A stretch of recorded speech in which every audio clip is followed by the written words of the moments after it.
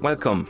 In front of me I have INFINIX Watch 1 and I'm gonna show you how to adjust the screen brightness on this watch.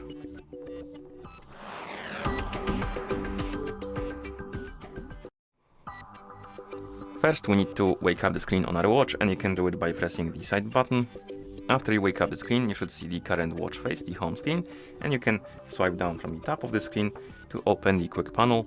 On this panel you should see a bunch of icons, and one of them should look like the sun icon. This is the brightness icon, and you can tap on it and you will see the brightness slider. Then you can adjust the brightness by swiping up and down on the slider, and once you're done you can press the side button to go back to watch face.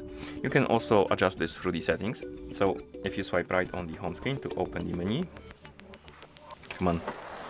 you can scroll through it, look for the settings icon, tap on it. In settings you can select display and here tap on brightness. It will open the slider again, adjust the brightness to your liking, and then press the side button to go back to watch face. And that's how you adjust the screen brightness on this watch.